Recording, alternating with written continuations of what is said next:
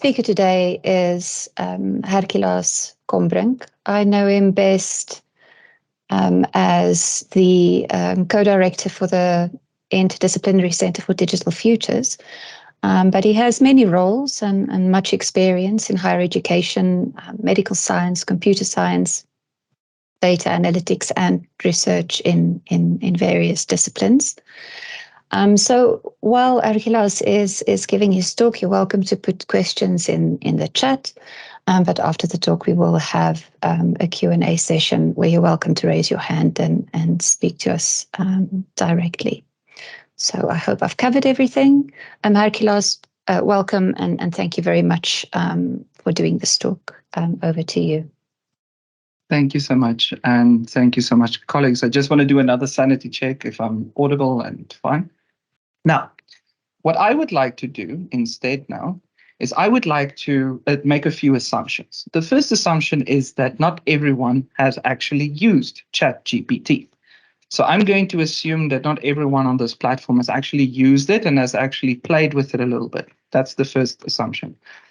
And if you have used it, fantastic, because then we can critically engage when it gets to the questions and answers. But for those of you who have never used it, I'm just going to showcase in the health context more or less how ChatGPT works and what it can do. So I'm going to share my screen again. This time, it's going to show ChatGPT. All right. So I just want to double check with the chair if you can see my screen. Yep. Excellent. So in the healthcare context, imagine we have a question. The question is, a patient presents itself with a painful left arm, cold sweats, and shortness of breath. List the possible medical problems with this patient. All right. And so now everything that is being generated is not copied and pasted from somewhere, but it's actually AI generated. So it's generated using this transformer model, and it's building the text based on a large number of corpus. Okay. You can see there's quite a lot of things that it can potentially be.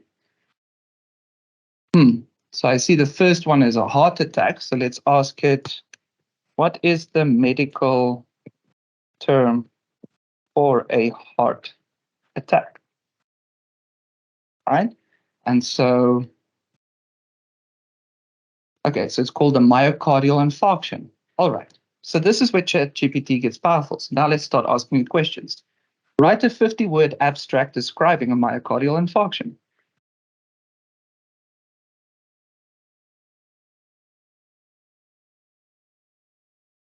Okay, so it's still at its simplest form, but it could describe something with 50 words. So let's start and ask it something more sophisticated. List 5 medications to treat a myocardial infarction and list the pros and cons of these in a table.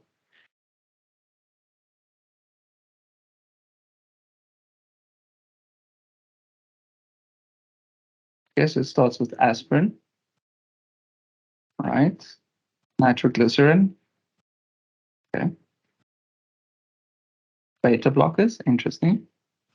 More long-term. ACE inhibitors.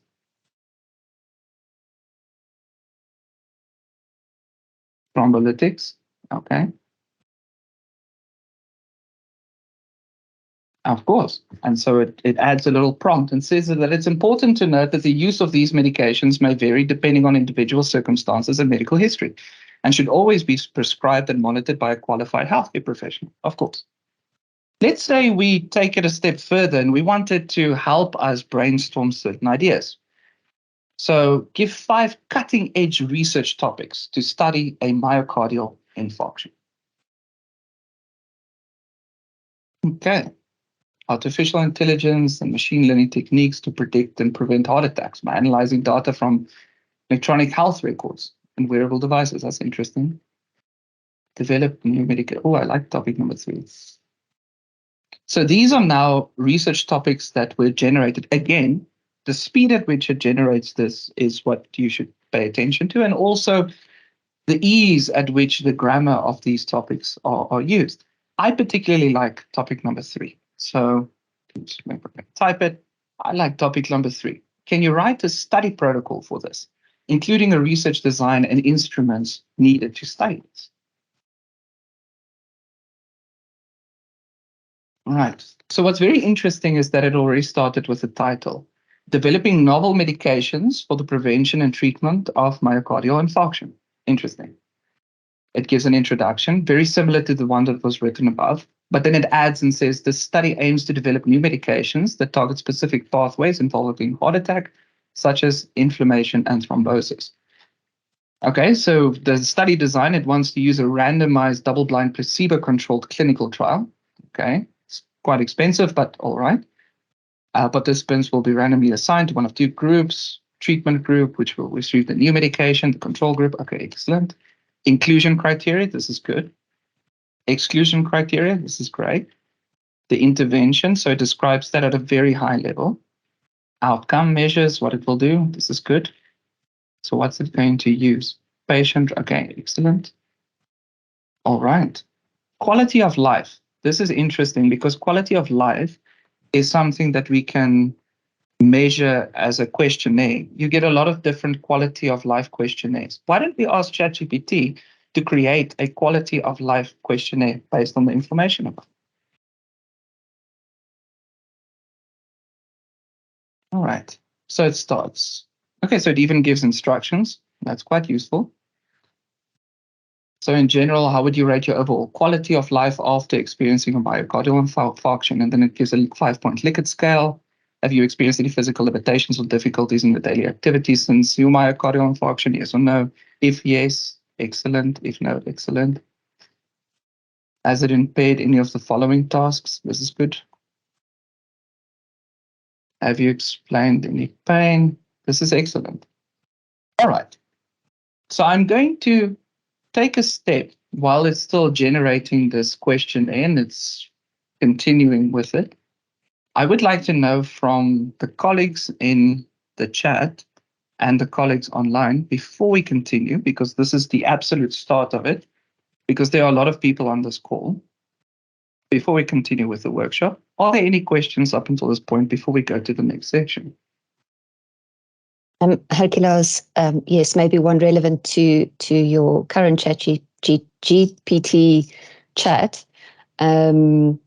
Martinez Conradi asks you to suggest a decolonial approach to reducing the prevalence of heart attacks in Bloemfontein.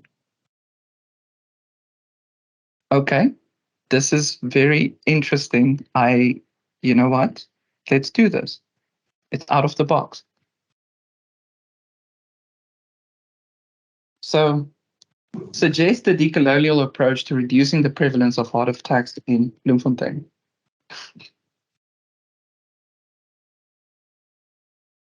It's important to recognize that health inequities are rooted in colonialism and structural racism. Interesting. The colonial approach requires a shift in power and focus on the voices and experience of marginalized communities. Here are some of the possible steps that could be taken. Involve the community. I think that's always good. Engage with local community organizations and leaders to identify the most pressing health needs and develop culturally appropriate solutions. Ensure that the community is involved at every stage of the process, from planning to implementation to evaluation. Interesting. Address the social determinants of health. That's actually very relevant. Recognize that the social determinants of health play a significant role in the prevalence of heart attacks. Address issues such as poverty, unemployment, inadequate housing, and food insecurity. This could involve advocating for policies that prioritize social and economic justice, such as a living wage or affordable housing. Yeah, because stress is an actual factor, so that's a really good inference. Provide culturally appropriate care. That still needs to be defined, but yet it says recognize that Western models for healthcare might not be appropriate for the effective for all communities. Ensure that healthcare providers receive training on cultural competency and provide care that is respectful to the community's traditions and values. I think that's a very valid point. Address historical trauma. Interesting. And prioritize prevention. I think prevention is a very important pillar. So in summary, a decolonial approach to reducing the prevalence of heart attacks in Bloemfontein requires a focus on the community, addressing social determinants of health, providing culturally appropriate care, addressing historical trauma, and prioritizing prevention. By empowering the community and addressing the root cause of health inequalities, we can create a more just and equitable health system for all. So that was ChatGPT's stance on it. Very interesting question. Yeah, not difficult at all, is it? Herkulaas, I just want to address a few questions quickly. Karina Walsh asked about what about references, and Angela answered that you have to specifically ask ChatGPT to provide the references, but to always check it. And I have to say from the library side as well, and that is what our librarians found, is that it as Angela said, it can invent some references. So you would see correct journal title, correct volume, issue, but then when you actually go to the article, it doesn't exist. I don't know what your experience has been the same. That is the case. So in some fields that are very well researched, the chances of there being an accurate reference that is legitimate to the true source is much higher than something where there's not a lot of data on. Like I said, this is a large language model, but it is primed on data. So some information will be overrepresented, and with information that is overrepresented, it might have a far higher accuracy, which is very interesting because it touches into the question that James asked, which is, what is the overall accuracy of information generated by ChatGPT? So the short answer of that is, it is domain specific. Exactly as I said, now some information, context, and knowledge has an overrepresentation in the underlying data set that primes this type of transformer. You see, what a transformer does really well is the larger the corpus, so the amount of words and things that it was built on, the more coherent the transformer is. I think everyone can agree that everything that was written is written quite well, rather well, grammatically and syntactically so. But the question about the overall accuracy that is generated by the information, there's no one-size-fits-all approach. I see someone is on mute. Okay, thank you. There's no one-size-fits-all approach to this, meaning some information might actually be rather accurate and some information might not be. So the question that was flipped from it is, what about a similarity index for such information? Like a plagiarism checker. It's very interesting. Turnitin has an AI built in for AI generated text, and that is a conversation that the Center for Teaching and Learning is expanding on and really using and really building on. And anyone who attended the assessment week would know where the technology is at the moment. But a very important question, and this is a challenging one that I need to pose to everyone here, has to do with what are the fundamental pedagogical, I almost want to say, hurdles that ChatGPT challenges. If it comes to memorization and being able to package information that is already existing, ChatGPT does a fantastic job of that. It is by no means an absolute answer. If you play around, and this is why the sandboxes are so important, you will find that certain domains, ChatGPT produces absolute hogwash. And in other domains, it might be quite accurate. One thing that I did not showcase here, and we'll get into it in a bit, is that ChatGPT can be used to write computer code and can also be used to write poetry, could also be used to write novels and stories, things like that. But there's a certain lack of insight that comes with this information. So there's a lot of interesting ideas as to how to use it. But before we get to how to use it, I just first want us to just address the pertinent questions that are there, if that's okay. I have seen the AI tab on Turnitin. How does Turnitin recognize text if it's in an AI generated or not? Well, that's a good question, Kathy. And to answer this very succinctly, you can imagine that if you ask ChatGPT, if multiple people ask ChatGPT about a particular topic, you will find that there are consistency in logic and the type of angles from which this topic argues. So if 4 people ask the same prompt or similar prompts around the same information, the model will answer in a very similar way across the board. And so the way in which this model would work then is it would literally look for these types of similarities or similar responses given the context. We had a conversation with the Department of Anthropology, and Professor Christian was actually very, he used ChatGPT and some of the critical questions, and you could see the students' responses that were self-written and GPT-written. GPT-written responses, incredibly coherent when it comes to its quality of English.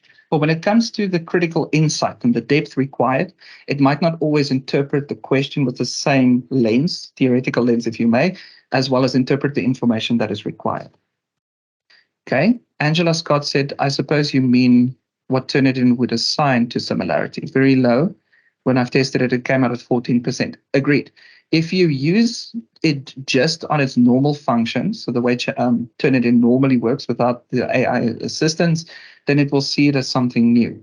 But there are ways in which one can potentially measure the plagiarism. The big argument here is the types of assignments that we need to work towards potentially looks different than the ones of the past, because this is a disruptive kind of technology. You see, ChatGPT is not the only AI-assisted education technology that is going to disrupt and has already disrupted a lot of industries. There are quite a few others. We're just starting the conversation with this particular one. I see Corona said, do you suggest finding references to motivate what you have included? Absolutely. If two different people ask the same question, would the answer be the same? Similar. It depends on how broad the context or the content is.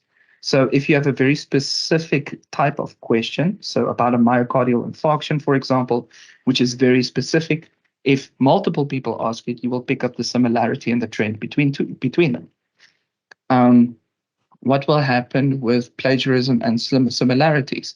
Well, as I said, if you look at the way in which assessments and assignments have to change to adapt with these technologies, then it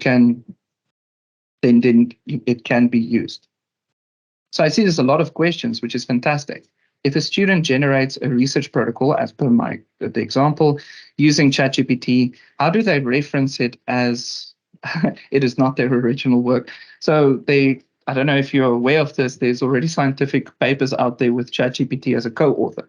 And I find this a fascinating thought, because a lot of people are acting as if AI, artificial intelligence, machine learning, etc., is new. It's not. We've been using machine learning in our daily work, all of us, for a long time. Spell check on Word is a form of machine learning. Google is a form of AI. We've been using this kind of technology for a long time. It's just people never sort of connected the dots. Now, to get to the question about the protocol specifically, some journals ask you to disclaim or to disclose, how much you used in terms of the generative technology. But you must understand this. So up until this point, we're now looking at ChatGPT as, given our current context, this is the disruption. But I think it's very important that we need to start thinking about how to use this as a tool. And this is kind of what I want to show next. So I just quickly want to go through the questions and see. Yes, Richard. ChatGPT does the physical sciences quite well. Here's a contributed article from Farquhar on the forecast of electronic design. Yes, published in the US. Yes, this is very important. And interestingly enough, we also published a paper about machine learning in education, specifically around machine learning for education technologies like a ChatGPT. And our biggest problem right now to innovate in the space is data, the availability of data. So that's a completely different conversation, but one we need to be aware of. Okay, so I have a specific suggestion for how to utilize ChatGPT. This is now from Martinez Conradi. For assessment in literary studies, first years. I shall share that proposal. Okay, excellent. You can please share it in the commentary. I think this is important. Sheila Makloku, given the disruption of GPT, do you support its use in higher education or not? And that is a critical question. And I would like us to, so I see there's some, I would like us to really focus on that particular question. And I see Johan asked, question, have UFS already started building open source large language models and GPT models to enhance society in South Africa? There is a reason it has to be open source. The reason for this is to avoid copyright issues with sandboxes that may exist. Yes. Thank you so much for that, Johan. It's very important that you say that. And yes, it has to be shared open source. And I think this is important. I also love the comments of you do not support its use, which is fantastic because when the calculator came out more than 100 years ago, that was the reaction from academics. The calculator is going to absolutely dumb down society. And so there will be kickback, and that is normal, and there should be kickback. What is important is that we are critical about its use, its misuse, how to use it, how not to use it, which is why we're having this conversation today. What about ways to mitigate load shedding? Ask ChatGPT. I think this is very interesting because, yeah, I think we should do that next. Okay, now that we've covered some of these broad questions, is there someone who would like to just raise their hand and ask a question quickly so we can move on to the next section? There was a hand, Herkulaas, but unfortunately I lost them. So the person who raised their hand, is there still something that you'd like to ask? Srapela. Yes, Please, it's me. go ahead. Thank you ever so much, Herkulaas, for the presentation so far. I just want to find out, because I've been using ChatGPT for my experiments, and then it's helping a lot. So I want to know, most academics, they demonize it, but then we're moving away to the fifth industrial revolution. So what is the world saying about it in education? Are we cheating, or are we moving with the times, or is this what it is? Because That's I an don't feel excellent guilty. question. It's helping me a lot. Thank you. Thank you so much. That's an excellent question. And I would like to link that statement with the question that Sheila Matloku asked. Given the disruption of GPT, do you support the use of it in higher education or not? Okay. All of the information that you saw on the screen, I want everyone to understand and just be on the same page. All the information that you saw that ChatGPT generated, you can Google. So that information is already available. Okay. So it's not like it is generating new information. That information is there. When Google came out, very similar to the calculator, the academic community also said there's going to be no use for academics anymore because people can literally Google and they don't have to run through a library. In fact, people thought that libraries were just going to disappear overnight, and evidently that is not the case because data needs to be managed and vetted and critically assessed and looked through. Now, is there use for GPTs in higher education? Yes, heavily so. And I want to go on to what Ms. Dr. Rapela had just mentioned, and that is specific to how to use it. One of the interesting ways in which a large language model like ChatGPT can be used is for brainstorming. It's a very effective soundboard, even if it's just to get a shallow perspective. Dr. Sean from statistics gave this example, and he gave this, and I agree with this example. Dr. Sean from statistics said that a large language model like ChatGPT could be like reading a Wikipedia article on a scientific topic. It gives you a really good overall idea of what it's about, but you still need to dig deeper. You still need to find the journal articles, and you still need to assess and critically assess the information in order to make a knowledge contribution. What is very interesting about GPTs is that it really sheds light on shallow and deep information, insight and coherence.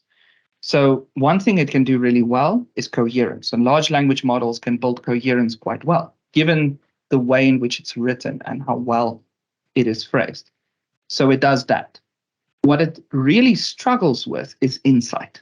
So if you use ChatGPT as a soundboard, so to try and get ideas, to try and refine concepts, that is the same way as you Googling, reading through. It just speeds up the process, quite heavily so.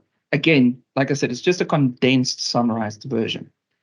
So let's move on to the next stage. And I'm just going to expand on this particular part.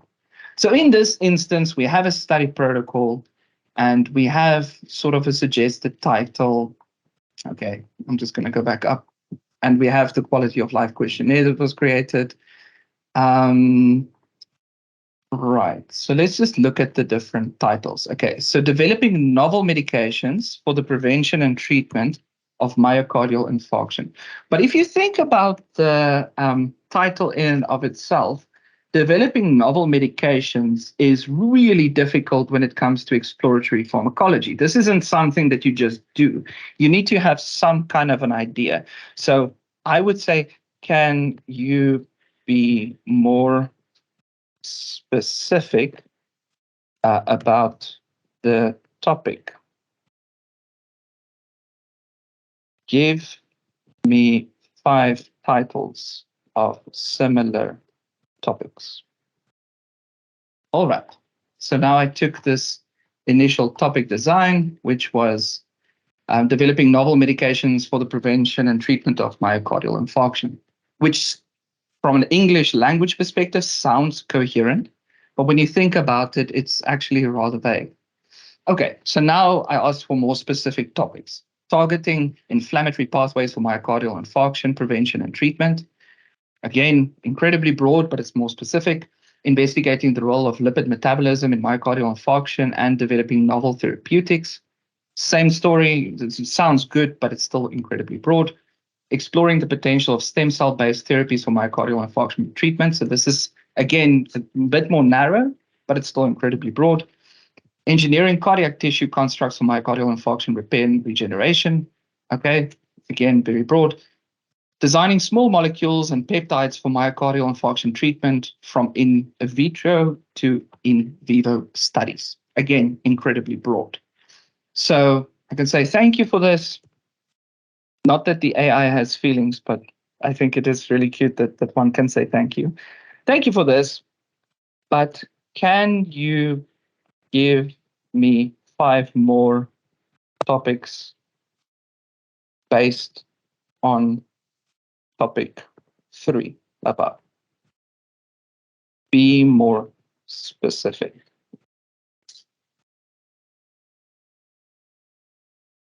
Okay, so now we're generating 5 more topics. The one we chose is exploring the potential of stem cell-based therapies for myocardial infarction treatment. So identifying optimal stem cell types and delivery methods for stem cell-based myocardial infarction therapies, again, broad. Investigating the mechanisms of stem cell-mediated myocardial infarction repair and regeneration, again, broad. Developing novel biomaterials and scaffolds to enhance the stem cell-based myocardial infarction therapies.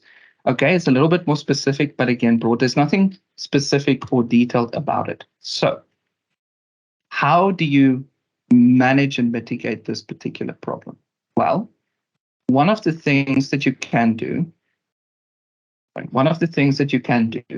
is you can provide it context. So now let's assume I say, I have a specific cell line that I want to test for its impact on therapies related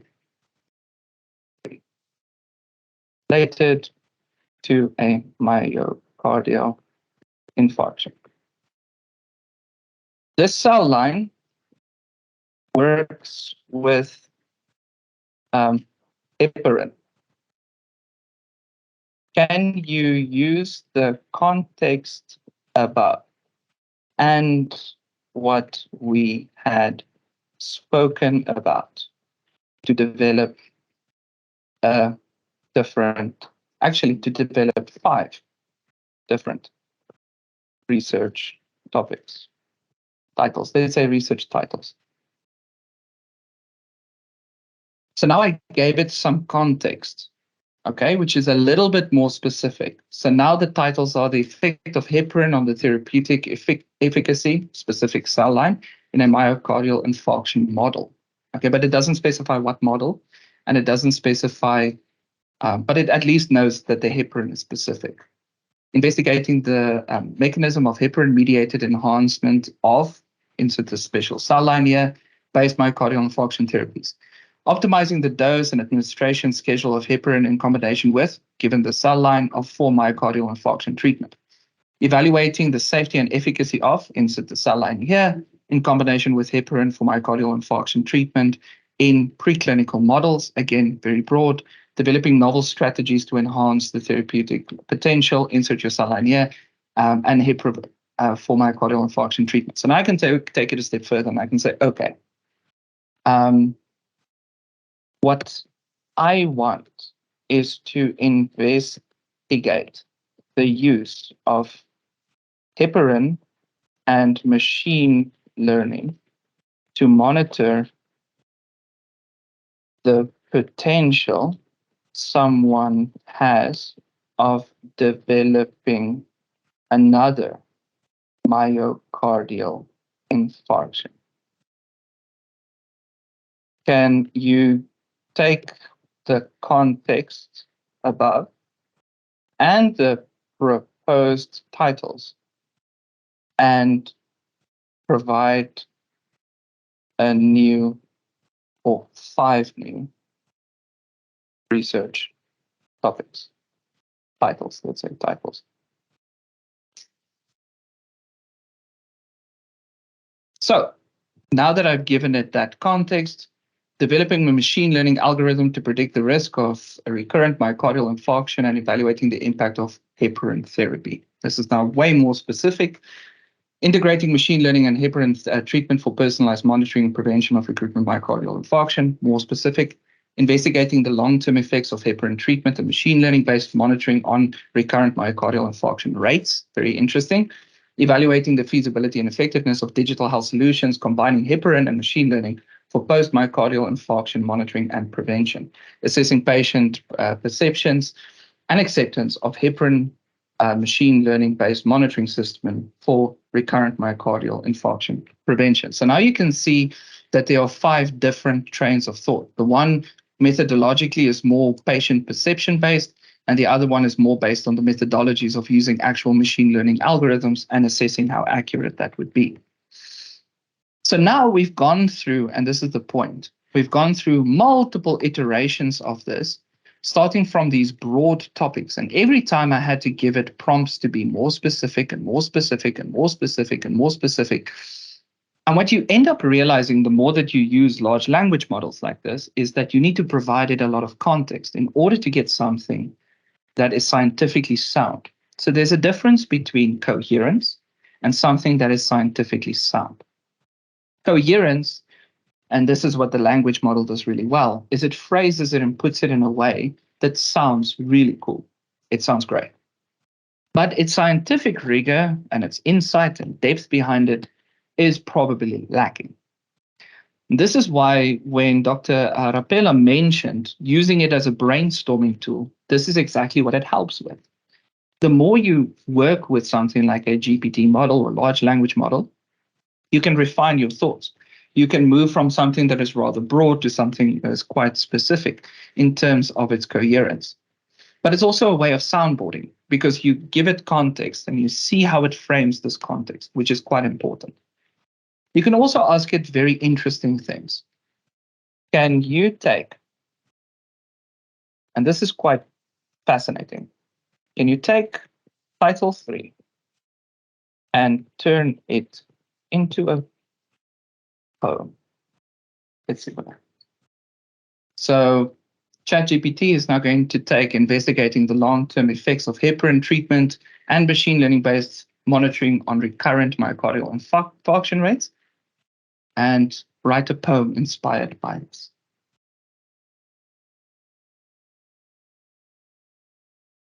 In the heart of the matter, we find a fear that often remains confined, the risk of recurrent attack that haunts our steps along life's track.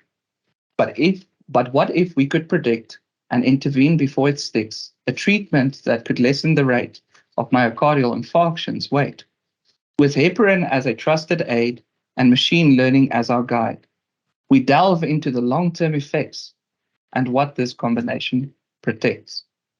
For hope may arise in the form of these, new ways to ease our heart's unease, as we investigate and discover the paths to better health cover. I'm going to stop right there and ask.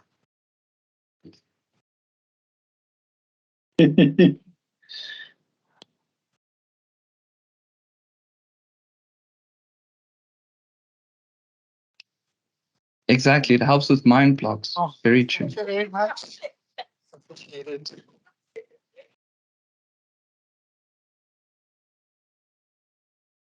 Let's go through the questions.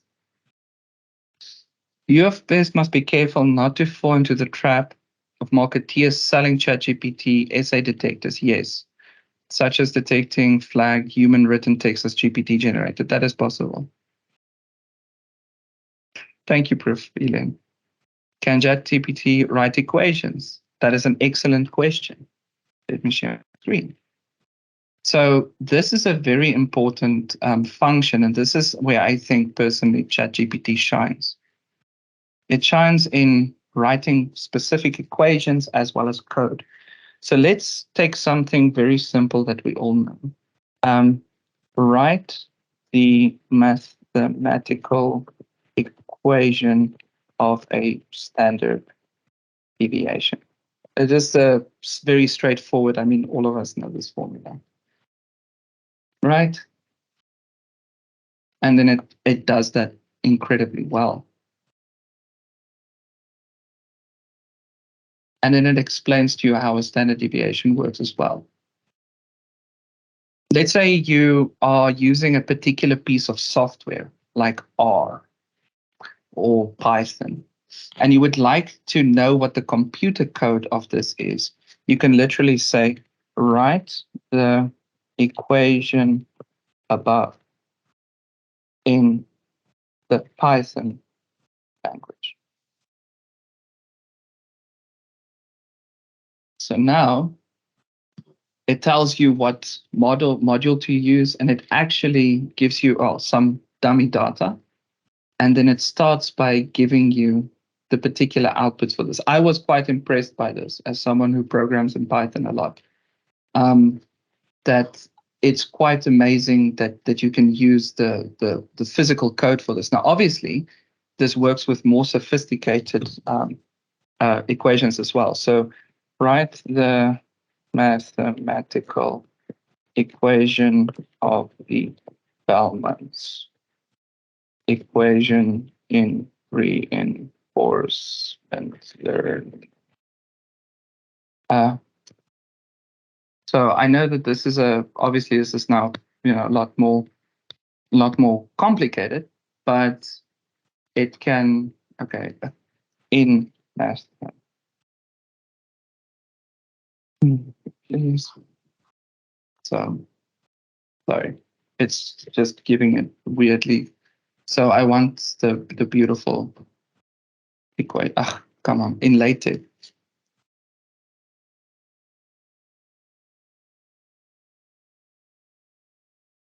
So any of you who have ever used LaTeX, it can literally give you the equation of how you would write it in code as well. So it can do incredibly complex formulas and simplified formulas. It can write computer code, and it can also be used as an incredibly powerful brainstorming tool. Okay, so try this.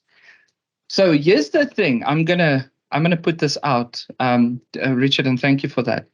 A 2-kilogram block is restrained to test on a 30-degree incline. It is attached to a rigid string to pull. So it's an actual word question. What is the acceleration of the block? Okay. So when you give it a word problem, and again, in the healthcare context, so in this case, it uses Newton's second law, and then it explains how it would use the law and potentially starts calculating the functions.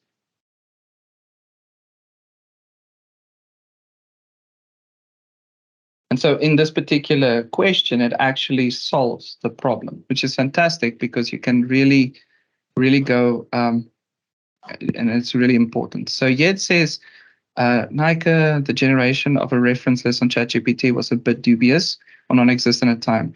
Is there a way around it? Way around it in terms of using GPT to generate references? No.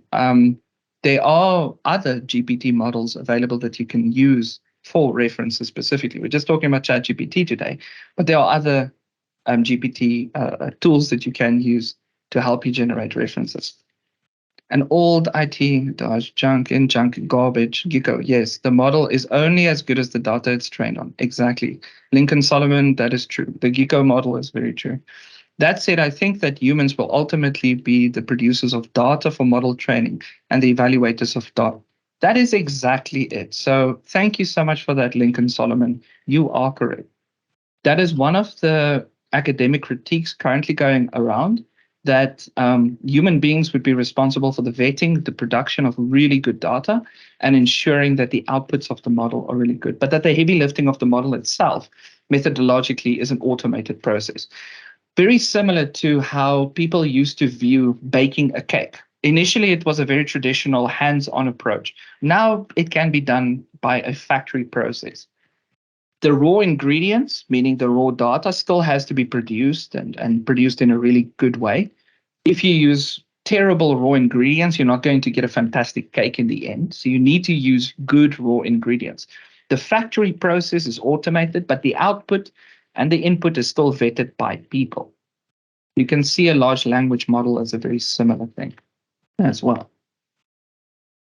Write an essay on the development of performer in Greek and medieval theater. Okay, so Thijs, thank you so much for that. So this is a very important question. As I said in the beginning, any of these large language models are really good with concepts that have a lot of data on it. But if it's something incredibly niche, then it's going to struggle. My PhD promoter, Professor Vukosi Marivate, worked on large language models for African languages. And he found that GPTs can be used for incredibly comprehensive translation tasks into represented languages. So things like German, Chinese, English. It can be used, Spanish, etc., on things where there's a large corpus of data. But when it comes to Greek and medieval theater, I doubt that there will be it will be any good at it, because there's just not enough data for that. Ask it to specifically. So I'm not going I'm going to pose that all of you create the ChatGPT account and start playing with it, because we would like to invite you to be a part of the. I see your hand, Tay, so I'll give you now. I would like everyone to be a part of the sandbox process, because we need to play with it. So before I continue, Taze, please do come in. Yes, what you're saying in terms of the possibility of having that info in terms of the answer that you just gave me, I completely understand that. But I think from an assessment point of view, now you get an essay that a student wrote like that and submits as an assignment. I'm not sure whether you are the person that will be able to answer that, but in terms of an assessment policy, do you accept something like that? I mean, it's not the student's own work. They just basically copy and pasted it. What would then be the policy on something like that? And, there's a lot of questions specifically on first year level, undergrad. What do we do when we get something like that as an assignment? Yeah, I mean, and I do think that the policy experts specifically should answer that. But pragmatically, as an academic from one to another, I would assume that it should be treated in the same way as ghostwriting, which is academic misconduct, unless there's the appropriate reference, etc., made. As said before, if someone uses a GPT-only generated body of text and submits that as an assignment, I mean, that's academic misconduct. That's not really generating anything new, knowledge-wise, and it doesn't contribute to anything. But if someone uses it as a tool to brainstorm the ideas, to ultimately refine what they want to say, that's a different ballgame, because you end up seeing that the amount of narrative you write to get something that's coherent with the depth and the critical thinking required behind it, then you find that if you truly create a document generated by a large language model, you end up writing a lot more than the ultimate output that you use, because you need to give it a lot of prompt, a lot of instruction, a lot of detail, and a lot of ways from which to angle, which comes back to the statement that I made right at the beginning, and that is the fundamental pedagogical argument. What is it that we are assessing for? If it's for memorization, if it's for things like that, your sort of traditional, we are testing and assessing how well you memorize, then yes, then absolutely it's a terrible idea. Then models like this is, I mean, when it comes to some of the scientific concepts, it can really regurgitate that quite well. But when it comes to measuring insight, critical thinking, and really going into the depth of the human psyche and creativity, that can move towards. And again, the Center for Teaching and Learning has made incredible strides at how to work with such technology and what to do in some of these instances. Herkulaas, sorry to interrupt. Martinez has his hand up. Martinez? Oh. To respond to the valid point that Tace made, there is a specific suggestion that I have for how to deal with students relying on ChatGPT, especially at first year level. Now, in all fairness, I have not tasted this yet. I won't have an opportunity until the next semester, but let me quickly share it here so that if anyone spots a problem with it, you might be able to save me some trouble in the second semester. And also I have colleagues from my department in the audience. They might be able to help me as well. So the basic principle is that you basically invite students to use ChatGPT. You explicitly instruct them to use it. I'm going to give you guys a very quick example of what an instruction like that might look like and how you might use that to teach writing and argumentation skill. Sorry about my voice. So anyway, so hypothetically, you tell students, log onto ChatGPT, you give them an essay question. The essay question that I just posted relates to a specific novel that I teach, so it won't be familiar to most of you, but my colleagues will know what it is. So you tell students, go to ChatGPT, ask the processing model this specific question, ask it to respond in X number of words, and you can reference specific chapters from the text, make it as specific as you like, and then you tell students, copy and paste this. Copy and paste ChatGPT's answer into your essay, and then find at least 3 problems with the processing language, the processing model's argument. I have specific instructions for how to do that. I won't bore you guys with the details. The point is, I tell students, have the AI create an essay, copy it, but then critique it. And I've played around with this several times. ChatGPT creates well-written arguments, and they are parsable. They are roughly grounded in the texts under study, but they make mistakes. They are generic, all right? And in fact, in some cases, they will even make factually inaccurate claims. They will claim hypothetically that a character in the novel does A, B, C, and D, and I know the character never does. So if you ask students to do this, you get 2 advantages. One is you actually tell students to use ChatGPT. It's in the instructions. The second advantage is you test students' ability to formulate a counter argument. They have to copy the argument from the AI, they have to find fault with it, and they have to communicate their critique to you. That's higher order thinking skills. Now, I have tried to test whether you could simply ask ChatGPT to do the critique of itself.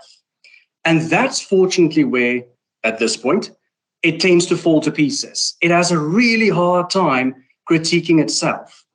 So I think this might just work. Instead of fearing, oh, what will we do when students use the AI? You said, well, make them use the AI. Just make them use the AI.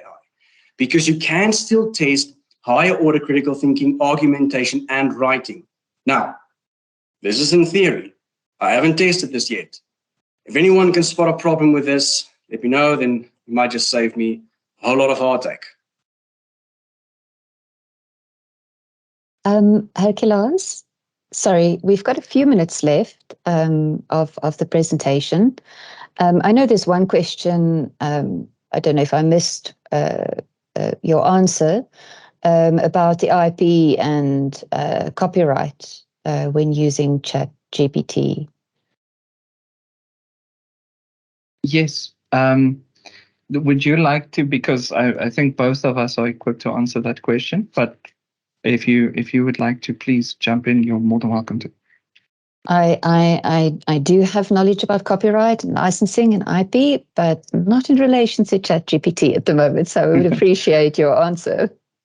Yeah, so again, this is a debate. I can share this in the chat as well. We published an article last week that had to do more with data sharing and innovation using AI-assistive education technology, more specifically things for technology-enhanced learning, data sharing, and machine learning challenges in South African education. I'm just going to, paste that out. It's open source, so it's in there.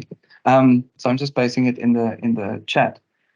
But the intellectual property is actually a very interesting thing. If you pay a ghostwriter to write something for you, and let's say there's methodology inside of it, who does the intellectual property belong to?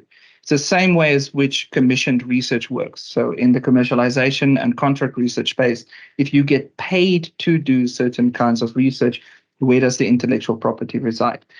The IP associated with ghostwriting and AI-assisted writing and things like that there are very clear lines in the legal space, and there are very clear lines as to what should and should not happen given the output of it. So let's say the output is a methodology, or let's say the output is a very interesting algorithm that can ultimately solve a particular problem.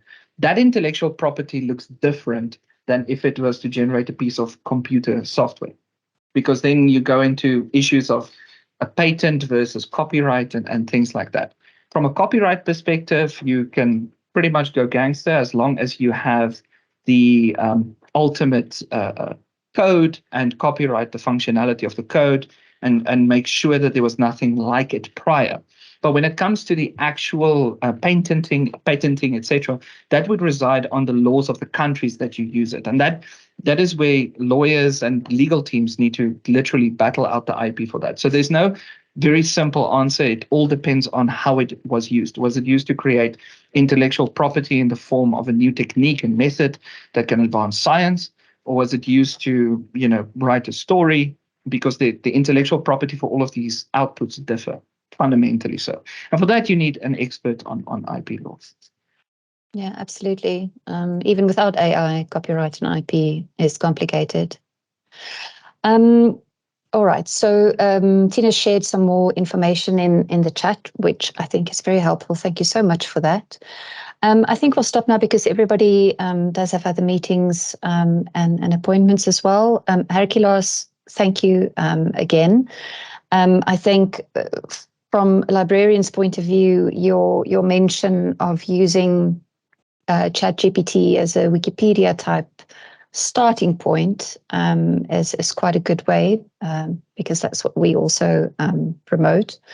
But it can be an amazing learning tool, really. And following what Tina said, it could really help teach student critical skills. So there's definitely a lot that it can be used for. The work group that you're a part of, how could somebody follow what you're doing in the group? Yeah, so thank you. And this ties into what Liz said in the chat and a variety of other people as well. We are building up the ChatGPT sandboxes. Within this, there's a larger AI assistive technology group. In order to do this work, we have to adhere to ethics and governance, which is very important. And so we're currently in the final stages of submitting our very comprehensive ethics and governance document. There are a few people involved with that process as well, and we have a few principal investigators, coordinators, researchers, and lecturers involved with the process. And what I would like to ask of you, please do send an email if you want to be a part of this. We are going to advertise it through the digest and to the wider UFS community because we need the inputs from everyone. We need your inputs and we need you to critique it, be critical, show us all how we can and cannot use it, whether we should or should not use it. A comment that was made, very important, and I see a lot of people commented, was made by Richard. And that is specific to this idea that ChatGPT is being used in a variety of different spaces. Richard did make it very clear. Prof said that, like most academics around the world, it is rather that our core business is disrupted, whether we like it or not. ChatGPT is here, and we need a strong response to it, most likely to accept it rather to deny it. We need a careful realignment, and this is very important, a careful realignment without curriculum. And I think this is important. Rest assured, other countries and other academic institutes either banning it or using it, but it is disrupting. And I think it is fantastic to be in a space where we can critically assess and explore this. Thank you. Definitely. Again, Herkulaas, thank you so very much. And to everybody asking when we'll continue this conversation, please keep an eye out for future talks or more interactive sessions. If we missed your question, please let me know and we'll make a plan to get an answer for you. Thanks, Herkulaas. Thank you, everyone. Thank you, everyone. Goodbye.